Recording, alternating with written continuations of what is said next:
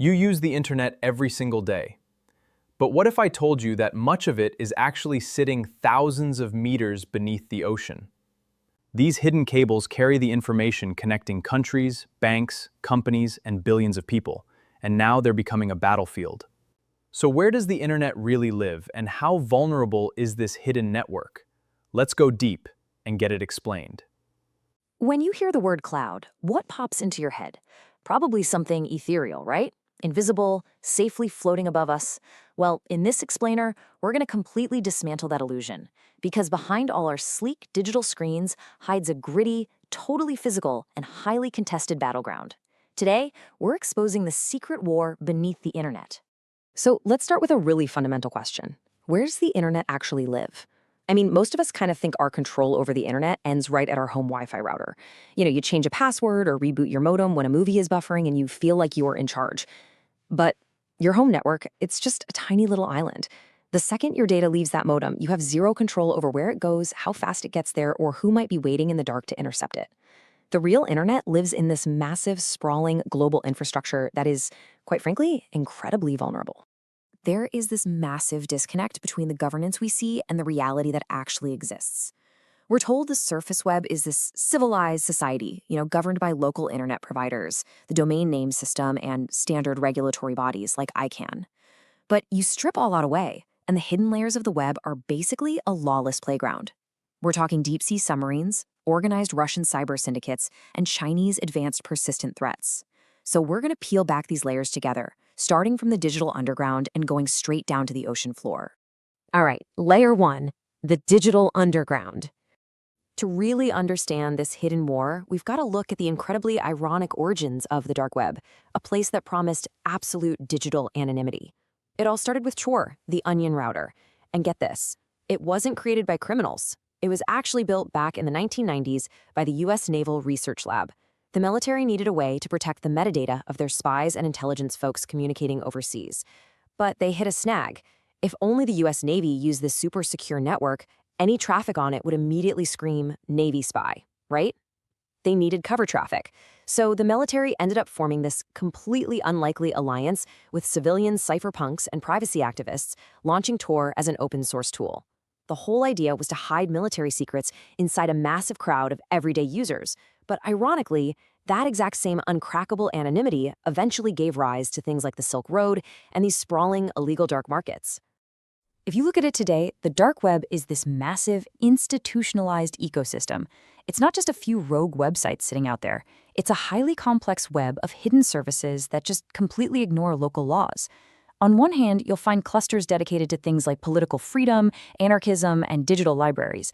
But they exist right next to absolutely abhorrent illegal black markets, places facilitating terrible things like child exploitation, illicit drug trafficking, credit card fraud, you name it.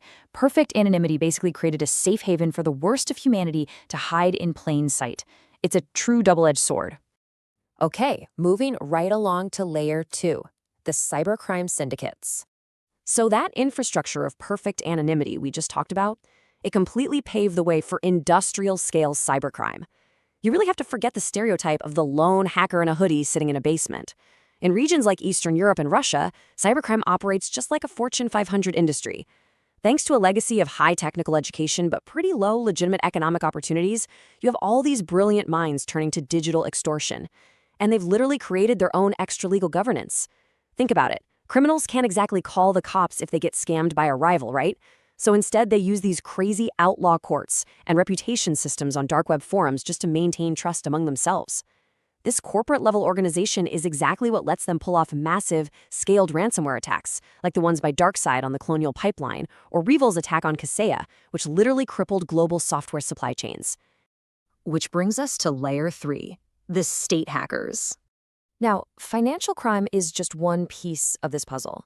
We have to enter the chilling reality of nation-state actors. Specifically, we're focusing on the massive state-sponsored cyber espionage operations coming out of China. Chinese military strategists actually operate under this doctrine called unrestricted warfare.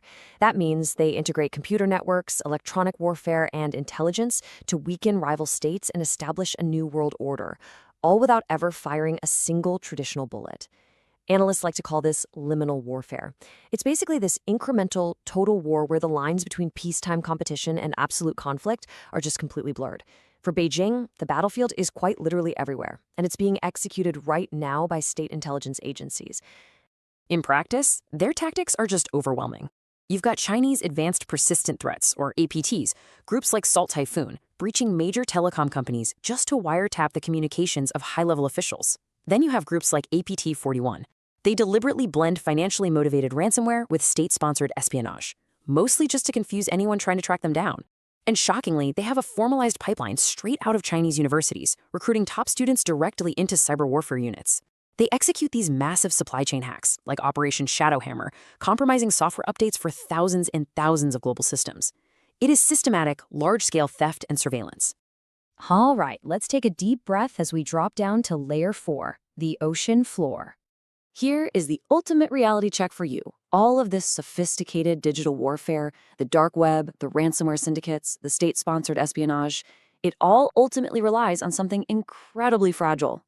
We talk endlessly about the cloud and space satellites, right? But 95% of all global data traffic, I'm talking trillions of dollars in daily financial transfers, sensitive military communications, everything, travels through physical fiber-optic cables lying in the mud at the absolute bottom of the ocean.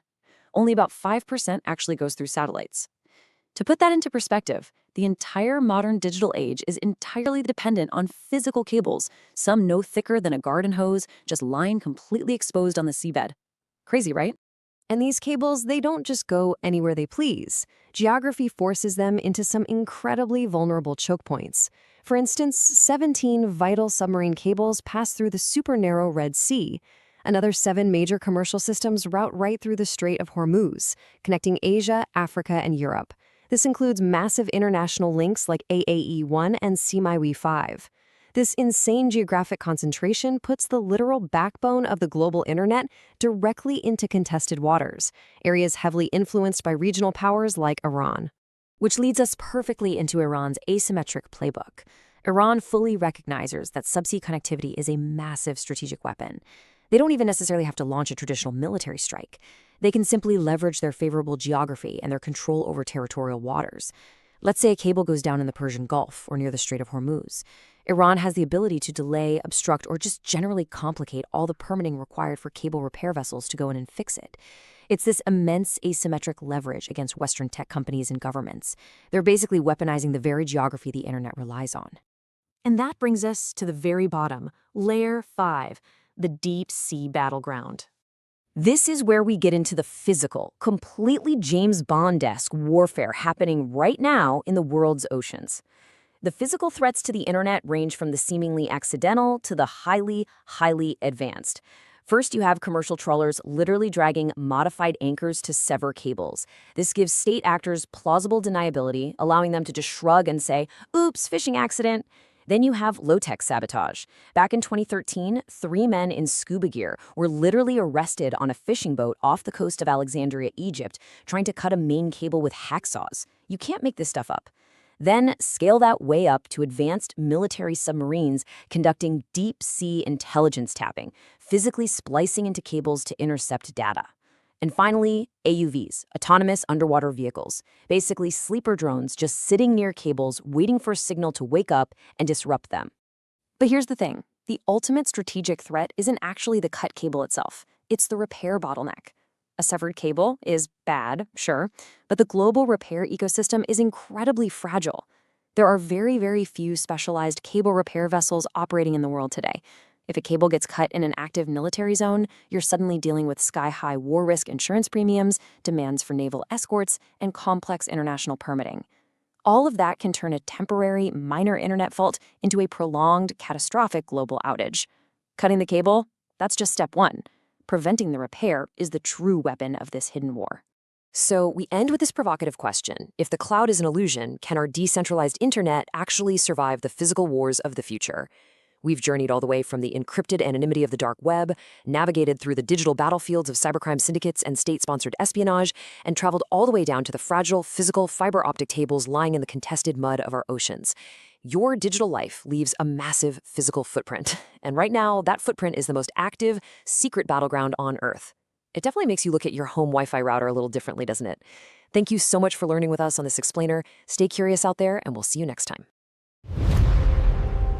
Beyond the headlines, this is real truth.